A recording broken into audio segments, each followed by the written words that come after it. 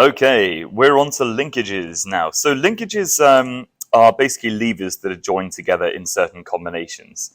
And instead of having like a fulcrum, you just have what's called a fixed pivot. So a fixed pivot might be like a bolt or literally just a cylindrical piece of metal or something like that. So the whole point of linkages is that they transfer movements, but in the way that cams transfer movement, cams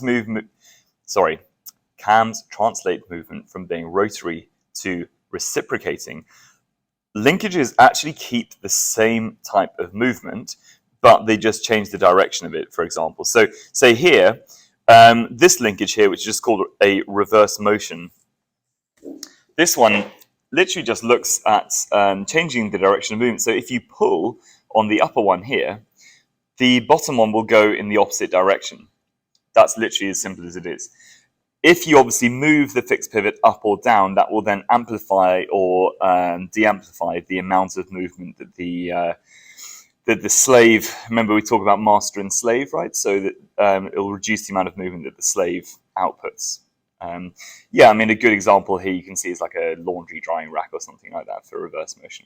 The next one on is what we call parallel motion. So parallel motion is where you actually maintain the same direction of movement. So there's a slave in the master. Sorry, let's do it the other way around. Master and slave. Master and slave. They actually move in the same direction. These are the fixed points here.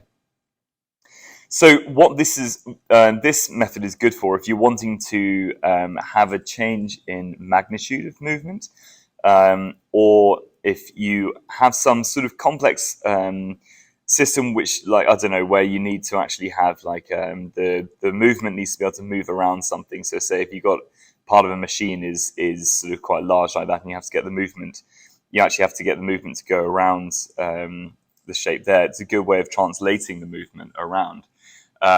Yeah, so it's quite handy. I mean, parallel motions are also used for, I mean, things where you want to make sure that something opens or moves straight or in a set direction. So say with this, like this toolbox, having these parallel motions here, I should probably do that in a different color actually. These actually ensure that the toolbox sections move together at the same time. Yeah, and often you see it on windows that open and stuff. You see parallel motions on the window brackets. Okay.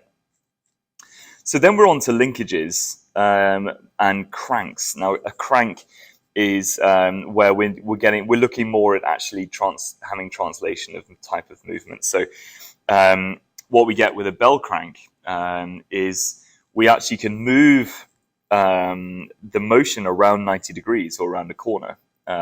So they change it. Yeah, they can literally translate the motion or change the direction of force. I'll write that down here actually. Change direction of force around 90 degrees.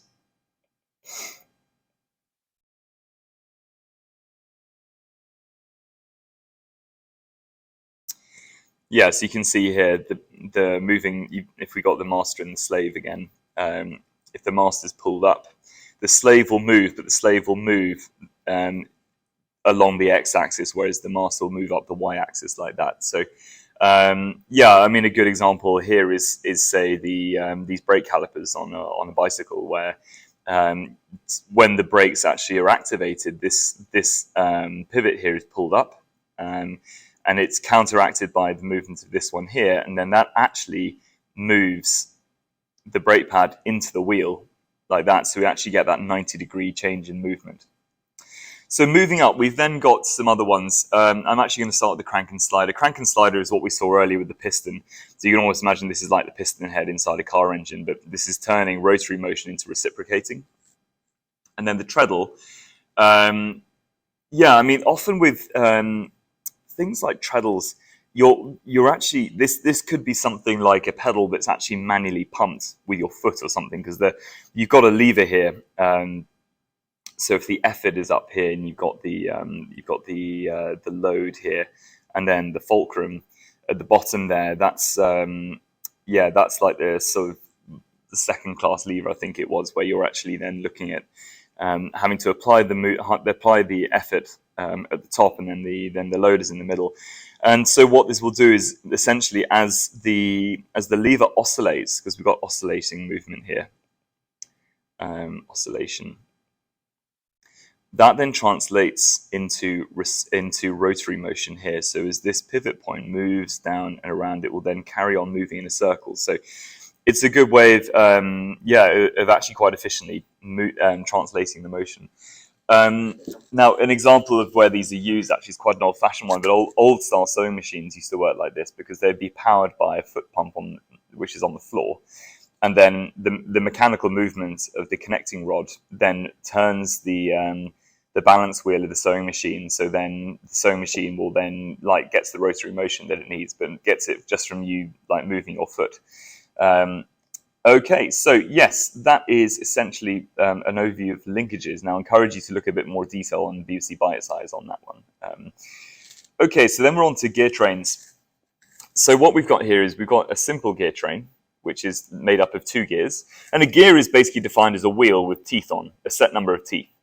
And yeah, the whole point of gears is that you're using them as a way of magnifying input or out. You're magnifying effort of the input, or you're magnifying the rotation of the output.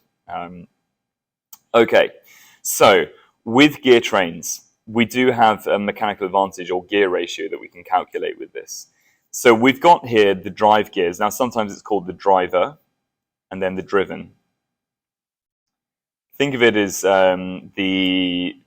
this one. In this case, the driven is the slave, and then the driver is the master. So so if the drive gear here is actually attached to the motor, and that's doing the work, the output gear is the one that's just doing as it's told. Now, we can actually calculate this. So let's see, you get the gear ratio is divided by, well, it's the teeth on the driven divided by the teeth on the driver. So if, say, we've got 60 teeth on the driven, and we've got 20 teeth on the driver there. So if we divide those two, we then get a gear ratio of 3, or 3 to 1. Now, what that means is, for the driver and the driven, it takes 3 rotations of, let's use master, because D and D is the same, obviously. So it takes 3 rotations of the master to make 1 rotation of the slave. So if you're cycling a bicycle or something, this means that it actually requires a lot less effort to pedal, because if this is attached to if the driven is attached to the bicycle wheel, you're having to pedal more times, but it's a lot easier to move the little gear, to rotate the little gear against the large gear there. Now, if we flip that the other way around and we add a gear ratio of 1 to 3, that actually means you would have 1 rotation of the master, and that would generate 3 rotations of the slave.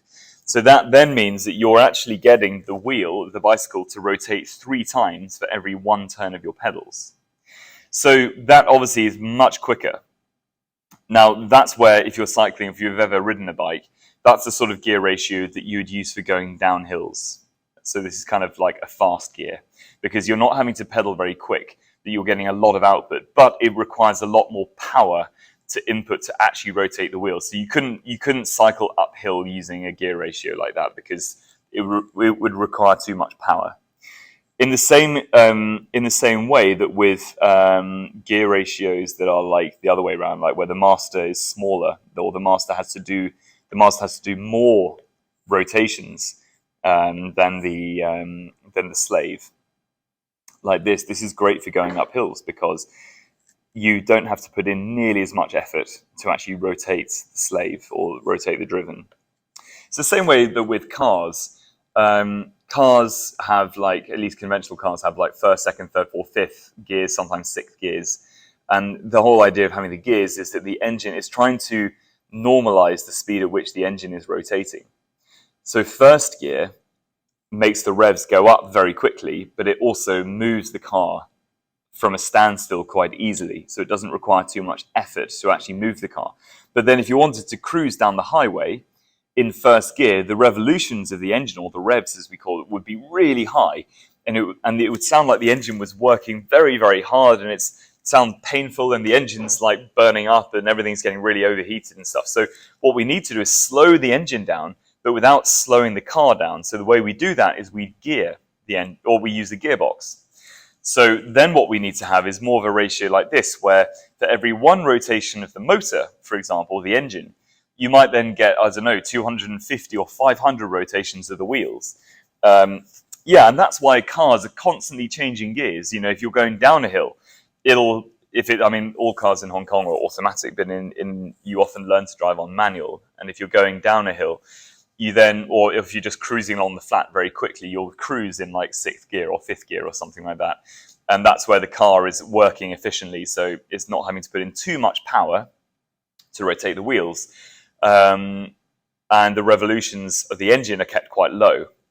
But if you then suddenly hit a hill, like a steep hill, suddenly the car would slow down, and you've got all the effects of gravity weighing down on the car. So then the car would have to change down a gear, and the engine would have to do a lot more rotations to be able to then rotate the wheels.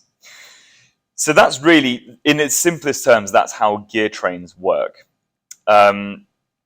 Okay, now we can also look at compound gear trains. So if you'll see on the simple gear train, what we've got here is we've got two counteracting directions of rotary movement. So we've got the driver is turning one way and the driven is turning the other. Now that's fine as long as you're not wanting to, say, move the pedals in the same direction that you're cycling in. Obviously, if you cycled and you're pedaling this way, the bike would actually be going backwards, so that's no use to us. So what you sometimes need to add in is what's called an idler gear. And an idler gear is a way of getting both the driver and the driven rotating the same way. There we go. So the driver and the driven.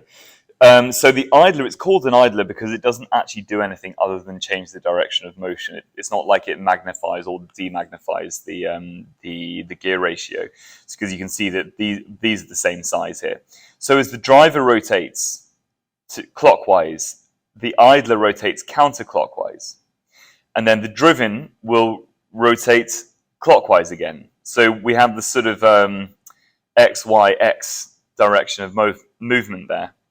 So sometimes in a question, you might get a question like this, where if it says this is the driver and that's the driven here. If the driver is rotating clockwise, we've then got two idlers here. We've got idler X and then idler Y, for example.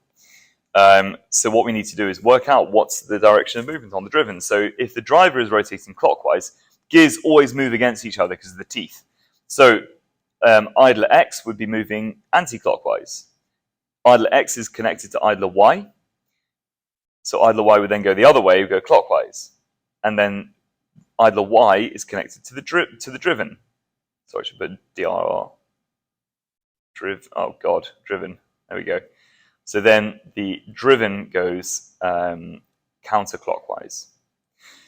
So that's basically how gears work, and the reason is that they have to move opposite directions because the teeth would otherwise shear off, and they would shave off.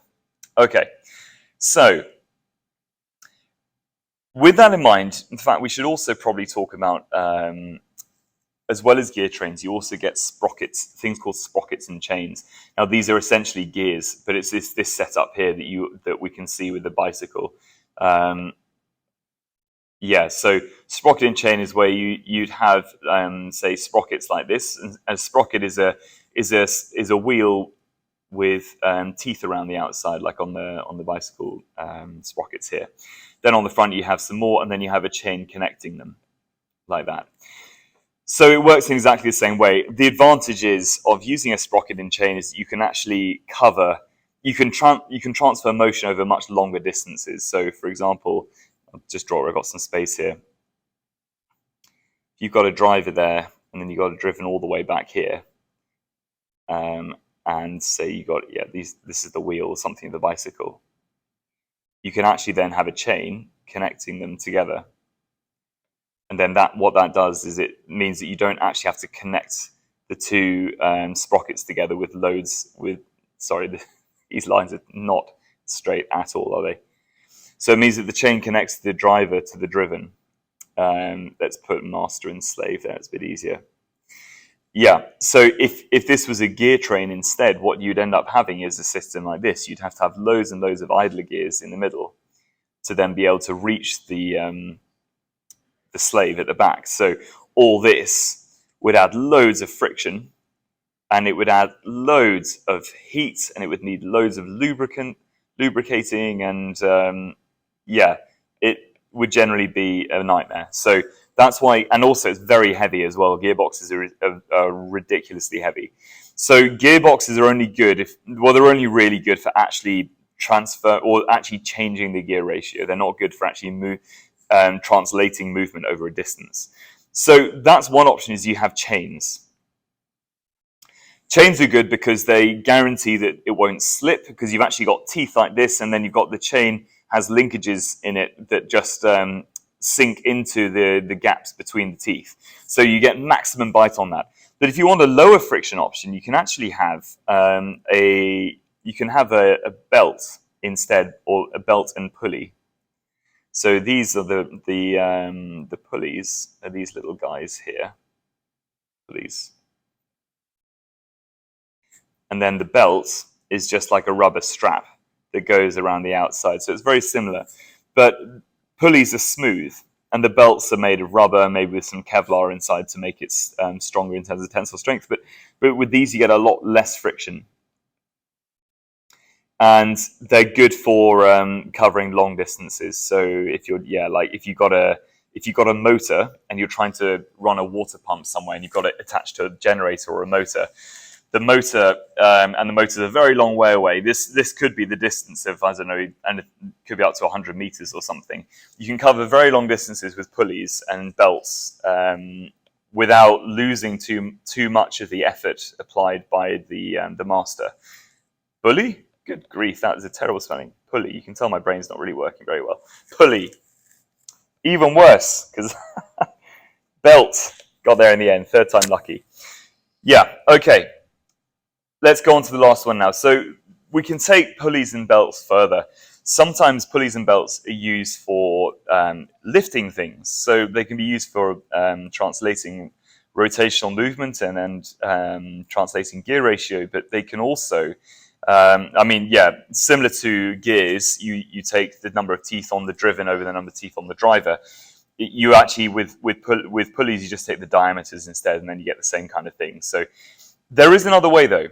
If you've got a system like this where you're trying to lift a load, and you've got, say, 10 newtons here, and you've got, say, two pulleys like this, and a rope attached onto a ceiling. This is how we're able to lift or humans are able to lift very, very heavy objects. So what we can do is, the more pulleys that we have, the less effort is needed. So at the moment, we actually need 10 newtons to lift this, because we've only got two pulleys. But if we add more linkages to this, we actually end up increasing the velocity, increasing our mechanical advantage. So the formula is very simple. It just looks at the number of sections in the rope. So yeah, we can actually go through a little calculation for this. Sorry, looking at the wrong diagram there. Meant to be looking at the bottom one. There we go. Right. Yes, we've got two pulleys here, but there's not actually any advantage to this one, because the rope simply goes up, across, and then down again. So all this does is it just translates the movements, and it moves the effort away from the load. So what we actually need then is we need to change the direction. We need to put the load onto one of the pulleys like this. So then what we've got here is we've actually got two sections of rope. So this actually gives us a mechanical advantage of 2. It's that simple. If you've got two sections of rope like that are running in different directions to each other, you actually then get a mechanical advantage 2. If we put another one here, and then the rope went up and then down, where you'd have another one. So then that would be mechanical advantage of 3. So that would, because then this would be the third. So you get like 1, 2, 1, 2, 3 going across. So that would give us an even more efficient way of lifting something. So we can look at it here as well. Like sometimes you get these more sort of complex pulley systems down here. So with this, we've got the load attached onto this bottom pulley here, and then we've got 2 more pulleys here. So we've actually got, we've got 1, 2, 3 sections to the rope, and then the effort is being pulled down here. So we've got a mechanical advantage of 3. So to do this, to work out the effort required, we can literally just do effort equals load divided by the mechanical advantage. So we've got a load of 300 newtons divided by 3, so we need 100 newtons to then be able to lift that load up. And that's everything there is to it, guys. There's a ton of sample questions on here, and there's also the BBC Bite Size